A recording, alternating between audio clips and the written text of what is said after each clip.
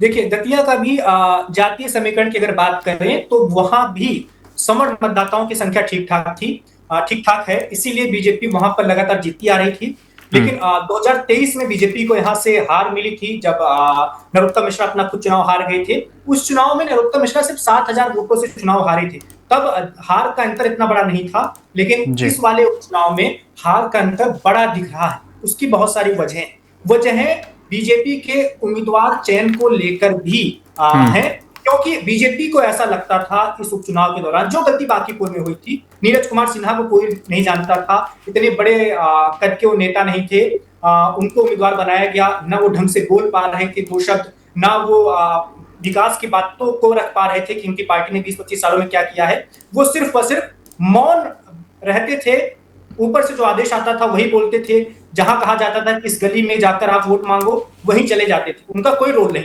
ठीक यही काम किया गया था दतिया में। आशुतोष तिवारी संघ से जुड़े रहे हैं, संगठन के नेता रहे हैं, लेकिन टिकट किसका काटा गया? टिकट काटा गया नरोत्तम मिश्रा का। आपको याद होगा जब टिकट की घोषणा हुई थी, नरोत्तम मिश्रा को टिकट नहीं मिला था, तब पूरे दतिया से कैसी तस्वीरें आई थी, पूरे देश ने देखा था। बगावत हुई थी, जिला अध्यक्ष से लेकर मंडल अध्यक्ष तक कई सारे बूथ अध्यक्षों ने भी इस्तीफा दे दिया था। बहुत बड़ी बगावत हुई थी, एक हाईवे तक को भी जाम कर दिया गया था, जगह जगह से आगजनी पत्थरबाजी की खबरें आ रही थी। वहां पर दतिया में नरोत्तम मिश्रा का अपना एक जनाधार है, अपना एक वोट है, अपना समर्थकों का एक बड़ा वर्ग है। वो वर्ग, वो गुट इस चुनाव में बीजेपी के साथ नहीं गया है। नतीजों से तो यही दिख रहा है। नरोत्तम मिश्रा ने भले ही चुनाव प्रचार में कहा था, रोते हुए, उनका एक वीडियो वायरल हुआ था कि मैं हर घर में जाकर शीश नवाऊंगा और आशुतोष को जिताऊंगा। भले ही मंच से कह दिया था, लेकिन असल में उनके समर्थक बिल्कुल भी घर से नहीं निकले। उनके जो बेटे हैं, जो दतिया और मध्य प्रदेश में जाने पहचाने नाम हैं, वो खुद एक बार दिखे हैं पूरे चुनाव के दौरान, वो भी तब जब वोटिंग हो रही थी, वोट डालने गए, वोट डालकर चले आए, कभी चुनाव प्रचार के लिए नहीं निकले। वोट किसको डाला भगवान जाने, लेकिन नरोत्तम मिश्रा को नाराज करना, उनके समर्थकों को नाराज करना, ऐसा लग रहा है कि बीजेपी को दतिया में भारी पड़ रहा है। ये सिर्फ एक वजह है, सबसे बड़ी वजह भी नहीं।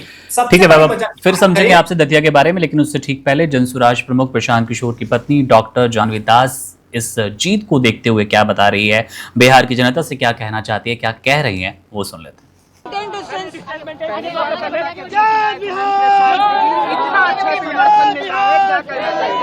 मैं पूरा बांकीपुर के जनता और बिहार के सबको बहुत बहुत धन्यवाद है। प्रशांत जी ने कहा था कि सम्राट चौधरी को हटाना चाहते हैं, तो ये सब पॉलिटिकल बात उन्हीं से पूछ लीजिए।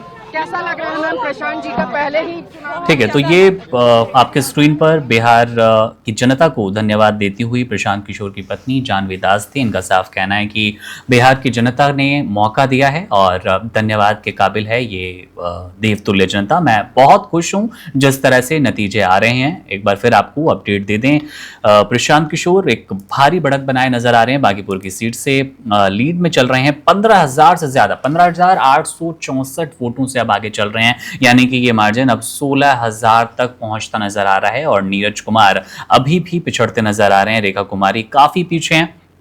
और अगर हम दतिया पे नजर डालें, जो कि हम बात भी कर रहे थे वैभव से, वैभव हाँ, आप अपनी बात कंप्लीट कीजिएगा, लेकिन उसके साथ ही हम समझना भी चाहेंगे, आपसे कुछ सवाल भी हैं दर्शकों के, कि क्या बीजेपी का संगठन उम्मीदवार की कमी पूरी नहीं कर पाया? क्या कांग्रेस में कांग्रेस की जमीनी पकड़ यहां पर काम कर गई और वो अब रिजल्ट में रिफ्लेक्ट हो रहा है? देखिए, ऐसा है कि मोदी शाह की भाजपा ने पिछले कई वर्षों में कई सारे प्रयोग किए हैं। इस बीजेपी को लगता है कि हमने संगठन अपना बहुत मजबूत कर लिया है, बूथ स्तर पर हमारे पास पर्याप्त संख्या में कार्यकर्ता हैं। इसी वजह से इस वाली बीजेपी को लगता है कि हम किसी भी उम्मीदवार को टिकट दे देंगे, हम उसे जिता ले जाएंगे। वो घर पर बैठा रहेगा, तब भी हम उसे जिता ले जाएंगे। हमारे पास इतना सांगठनिक कौशल है, इतनी सांगठनिक हमारे पास क्षमता और ताकत है। वो इस चुनाव में, उपचुनाव में सब धता साबित हो रही है एक तरीके से। देखिए, उपचुनाव जो होता है वो सत्ता का चुनाव माना जाता है। मध्य प्रदेश में भारतीय जनता पार्टी पिछले 20 सालों से लगातार सत्ता में है। 1-1.5 साल के कमलनाथ के कार्यकाल को छोड़ लें तो शिवराज सिंह चौहान लगातार मुख्यमंत्री रहे, अब मोहन यादव। मध्य प्रदेश में बीजेपी ने 2023 में चुनाव लड़ा गया था शिवराज सिंह चौहान के चेहरे पर। उनकी लाडली बहनी योजना ने काफी कमाल दिखाया था, बीजेपी को बंपर बहुमत मिला था। चर्चा थी शिवराज सिंह चौहान को फिर से मुख्यमंत्री बनाया जाएगा।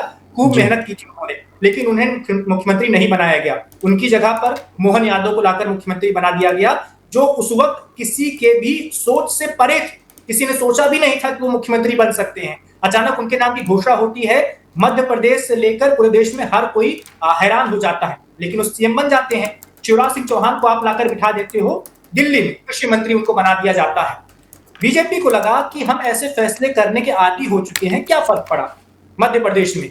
शिवराज सिंह चौहान की जगह अगर मोहन यादव सीएम बन गए तो उससे बीजेपी को कोई नुकसान नहीं हुआ। 2024 का लोकसभा चुनाव हुआ, बीजेपी ने 29 की 29 लोकसभा सीटें जीत ली, छिंदवाड़ा में कमलनाथ को हरा दिया।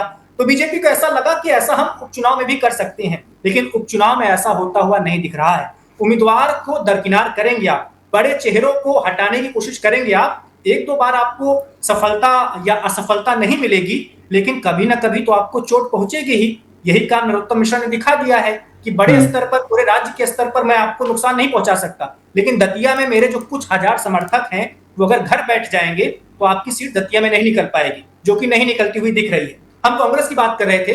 कांग्रेस पार्टी ने बहुत मेहनत की है। कांग्रेस पार्टी में पिछले कई दशकों में कमलनाथ की तूती बोला करती थी, वही सब कुछ तय करते आए थे। धन बल है उनके पास, गांधी परिवार के बहुत करीबी हैं। एक उनका गुट है, एक दिग्विजय सिंह का गुट है, एक गुट हुआ करता था ज्योतिरादित्य सिंधिया का, जो बाद में भाजपा में। तो दो गुट अभी बचे हुए हैं, दोनों ने राज्य को अपने हिसाब से बांट लिया है। दिग्गी राजा दिग्विजय सिंह राजघराने से आते हैं, उनका अलग राज्य का हिस्सा है, जहां वही तय करते हैं कौन उम्मीदवार बनेगा कौन नहीं, कैसे संगठन चलेगा, संगठन में पद किसको मिलेगा, जिलाध्यक्ष कौन बनेगा, ब्लॉक अध्यक्ष कौन बनेगा, सब डिसाइड करते हैं। कमलनाथ ने अपना इलाका बांट रखा था, लेकिन क्या हुआ 2023 वाले चुनाव के बाद कांग्रेस पार्टी में खासकर राहुल गांधी ने फैसला लिया कि सारे पुराने नेताओं को हम किनारे करने जा रहे हैं। बहुत चल गई उनकी, हम नए लोगों को लाएंगे। जीतू पटवारी को प्रदेश कांग्रेस कमेटी का अध्यक्ष बनाया गया।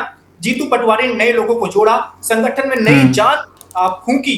आपने देखा होगा जीतू पटवारी ने दिन रात एक कर दिया था दतिया में, सभी लोगों से जाकर मिल रहे थे, छोटी छोटी नुक्कड़ सभाएं कर रहे थे। आप सोचिए पीसीसी का प्रमुख एक जगह पर बैठा है गांव में, मुश्किल से 30-40 लोग उसके सामने बैठे हुए हैं और वो उन्हें तो जीतू पटवारी की मेहनत संगठन में उनकी गई और पुराने नेताओं को किनारे करना, सब कुछ मिलजुल कर एक ऐसा समीकरण बना कि दतिया में कांग्रेस पार्टी लगातार दूसरी बार जीतती जा रही है। 2023 में भी जीती थी, 2026 के उपचुनाव में भी वो जीत रही है, और इस उपचुनाव की जीत का असर 2028 के आखिरी में जब विधानसभा का चुनाव होगा तब भी दिखेगा। Subscribe to One India and never miss an update. Download the One India app now.